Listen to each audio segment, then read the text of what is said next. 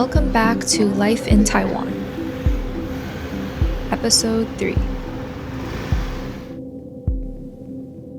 So this past week, I left Tainan and headed to Kenting.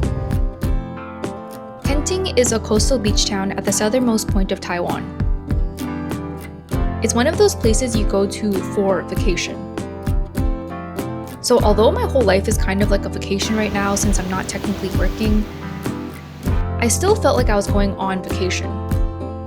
And it's the fact that I was going to a vacation spot alone that made me so excited. Because it felt like I was taking myself on vacation.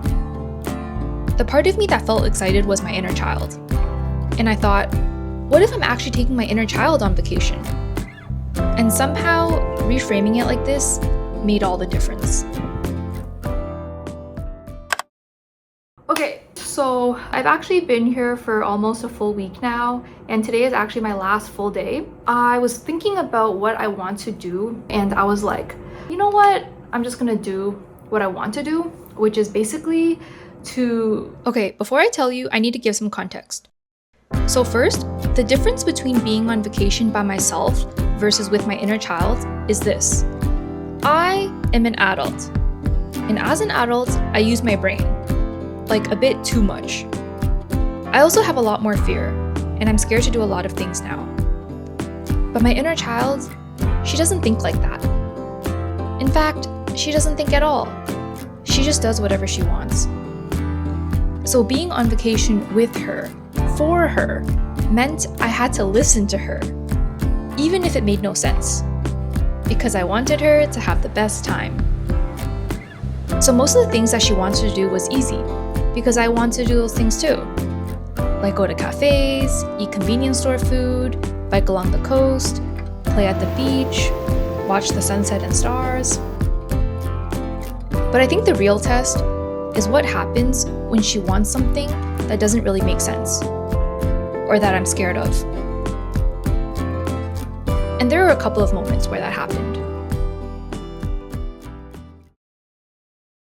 So one of my favorite things to do is drive or bike along coastal roads. But here in Kenting, it wasn't that simple. I couldn't rent a car, and biking wouldn't get me as far as I wanted to go. So the only option was a scooter, like the one that's kind of like a motorbike. And that scared me, because 7 years ago, I got into a motorbike accident. And ever since then, I've been scared to ride anything similar. So I've just completely avoided it. But my inner child, she wanted a ride. And I could feel the resistance coming up inside of me, telling me that it wasn't safe, that I shouldn't do it. But at the same time, I didn't want to spend the rest of my life never riding again. And I knew that if I really wanted to give her the best time, I had to face that fear and overcome it. So I did. I rented a scooter. And honestly, it wasn't as bad as I thought. It started to feel natural again. And it led to one of the best moments of my life. A moment that I almost missed if I was there alone without my inner child. I'll tell you more about it later, when I take you there with me, on my last day. I was thinking about what I want to do for this last day, and I was like, you know what? I'm just gonna do what I want to do, which is basically to rent a scooter and just ride around. I did that a few days ago, and I had so much fun. Probably one of the best experiences of my life. Yeah, so I'm just gonna do that. Okay, but I was also really unsure about what to wear, because when you're on the motorbike, you're basically like fully exposed, and I was really paranoid about the sun exposure, but I was just like having so much fun. But then when I went home later in the evening, I was looking at my hand, and I was like, I actually think it got darker. So I was like, okay, I really need to like somehow find a way to protect my hands. But then I realized I brought this from back home, which is literally like, I literally brought this for this purpose, for me to be able to bike in the sun and to be fully protected. And I just remembered that I had it. So this can like cover my hands fully. And not only that, this is from China, right? So they're also very paranoid about sun exposure. And this, you can literally zip it all the way up to your face to like, do you see this? Like, I'm not gonna zip it all the way, but okay, whatever. It's like this. I can literally be like this. Except I'm not gonna do that because I kind of want to breathe. But yeah, so I was like, this is perfect. And I think it's good for your neck protection as well, because sometimes I'm paranoid about my neck being exposed. I'm gonna wear a hat for sure, but I feel like the hat I was wearing last time was not protecting the side of my face because I was wearing like a baseball cap. So I think I'm gonna bring like an extra protection thing. Yeah, I'm gonna bring this time. This is like, it can protect you 360 like this. So yeah, I feel more safe with this. It just doesn't really match my skirt that I'm wearing, but whatever.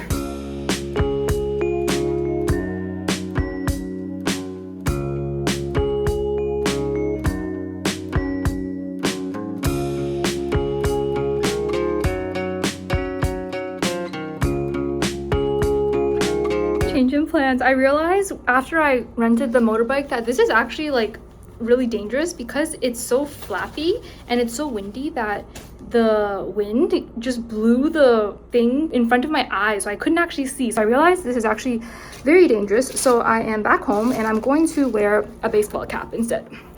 This is a lot safer and it still offers some protection. And I realized the new helmet that she gave me, it has like a visor, so it kind of protects the side of my face. Let's see. Oh, okay, it doesn't work like that. But at least later on in the day when I take my hat off, I can protect the side of my face.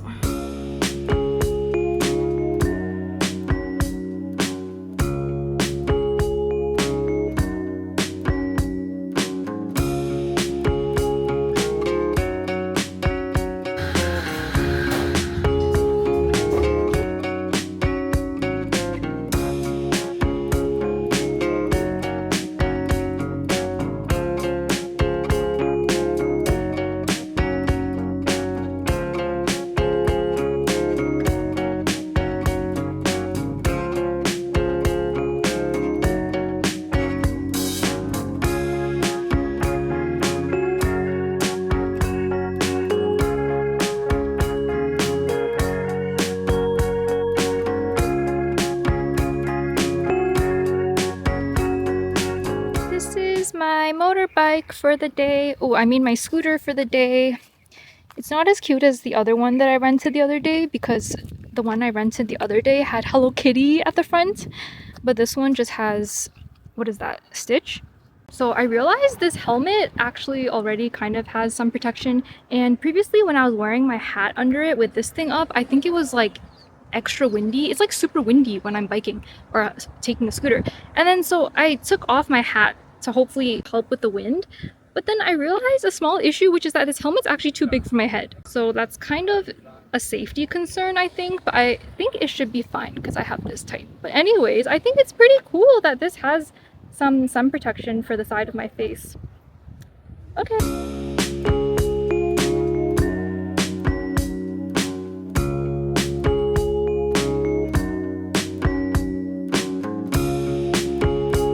So I'm currently walking up this super steep hill that I don't think the scooter can make it up, but my friend recommended that I come here because she actually stayed at one of the hotels on top of this hill and she said the views are really good. It's actually really hot and I had to take the umbrella out because it's still pretty sunny and I am very exposed walking here. And I know it might sound like I'm being like super extra with the whole sun protection thing, but the UVs are pretty strong and I am 29 and I cannot not take care of my skin. You will see a difference. Like I see a difference for the people who are, you know, a few years ahead of me or 20-30 years ahead of me, and I can tell there's a big difference between people who use sun protection and people who did not. So if you are, actually it doesn't matter what age you are, you don't need to be like too paranoid about it like I am, or I try not to be too paranoid about it, but whenever I can control it, I just try to do what I can. Wait, it's already starting to look really nice. Okay, there's like a tractor there that's blowing a lot of dust, so I'm gonna try to avoid that. But wow, it's so green up here. It feels like the clouds are different up here. So it's like a giant cloud. A huge piece of cloud. Also, a huge reason why I'm so paranoid about the sun is because when I was younger, I used to be so dark. Like I would go out tanning intentionally, like on the beach, and I just didn't care about sun protection. Like I was like, yeah, I want to be dark because I don't know, when I was younger, I just wanted to be tanned. But I heard later on that if you tan to a certain point, it's like irreversible. And I feel like I need to kind of undo or offset the sun damage that I did to myself when I was younger by taking extra care of my skin and sun protection when I'm older.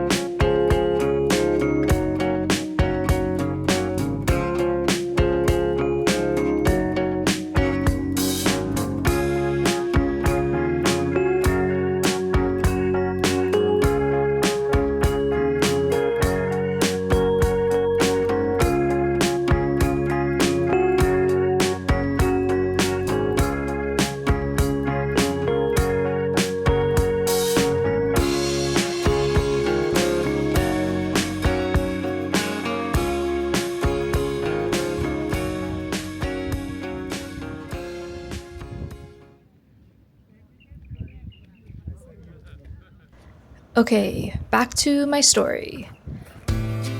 So the first day I rode the scooter, there were all these scenic spots that I wanted to visit on both the east and west side of Kenting. I started out east, planning to head back west for sunset. But I never made it back. Because when I went out east, I just kept going. At first, at some point past the main landmark area, I told myself to turn back. And I did. I started heading back west again. But the further west I went, the more I felt this quiet pull to go back east. It didn't make any sense at the time, because I'd missed the sunset and the scooter might run out of battery. And apparently, there wasn't much more to see further out east anyways. But I just couldn't shake this feeling, this lingering pull to go back. I think she wanted to go back.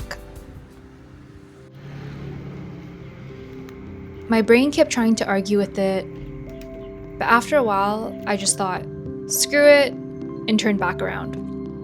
And I instantly felt at peace again. Like I just knew that this was the right direction. And it was. Because once I had passed the point where I had turned around earlier, that's when everything changed. The roads literally changed. They got smoother, curvier, closer to the ocean, and then suddenly, it opened up into this unreal coastal view. For a second, I thought I was back in California, driving down the Pacific Coast Highway. Except the road was completely empty. I had it all to myself. I was in awe, completely wonderstruck. I know it might sound a bit dramatic, because yeah, it's just a road. But something about being on coastal roads deeply fulfills my soul. And I don't think I ever felt as fulfilled on one as I did in that moment. I felt this overwhelming sense of gratitude for my entire life, for every decision, every moment that led me to experience this exact one. Everything just suddenly felt worth it. I was simply grateful to be alive. This was one of those moments that instantly make it to my list of top life experiences. And I didn't just experience it once, because I kept going back, riding that same road again and again. It didn't really make much sense to do that either. I had already seen it, already experienced it, and I had limited scooter battery. But I wanted to keep riding it, again and again. You know how kids can do the same thing over and over again and never get bored? Yeah, that's how I felt. I was just simply having fun, feeling like a kid again. Sometimes when you experience something beautiful, you think, it would be nice to have someone here to share it with. But in that moment, I was just glad to be there alone. Because I got to fully experience it for myself, with myself, my inner child. I had listened to her, even when it didn't make sense, even when it scared me. And it led me to one of the best experiences of my life. Sometimes she knows what's best for me, more than I do. On both days where I rented the scooter, I tried to make it back west for sunset. But each time, I never did. I just kept getting pulled further into the coastal roads of the east. I guess I'll never really know what was out there on the west. But that's okay. I don't think I needed to see and experience everything. I just needed to see and experience one thing, more fully. And in case you're wondering, I never did run out of battery on my scooter. I think most of my worries turn out like that. They never happen.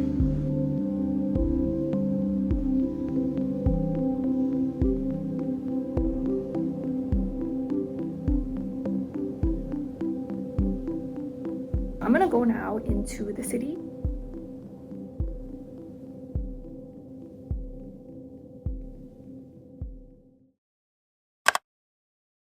Okay, so I am checking out of this hotel now, and I just thought I would show you what it looked like. I actually had this balcony that I never even went out on, but it's right across from the beach. And yeah, this is my one suitcase that I've been traveling with, and I packed enough in there for whatever I may need for however long I may be traveling for. Like, I genuinely don't know. I just assumed maybe at least a year. So I have everything in there, and then I have this bag, and then I have this one that I just brought like as a extra bag to use, but I don't actually use that when I'm flying. So yeah, I wish I could just travel with a backpack, but I think those days are over because I just need a lot more stuff. I don't know, like I travel with a steamer and a sound machine. Oh, I'm not even talking to him. Yeah, I just travel with like a steamer and a sound machine. Anyways, okay, I'm gonna go catch the bus now because I need to take like a bus to get back to Kaohsiung, and then from Kaohsiung I'm gonna take the high-speed train to Taipei because I am going to Taipei today and I'm gonna be staying there for like over a month, so yay. Wait, okay, I realized I didn't even show what the full room looks like. So yeah, this is the bed, and this is a window to the washroom. I don't know why they have this, but yeah, this is the washroom.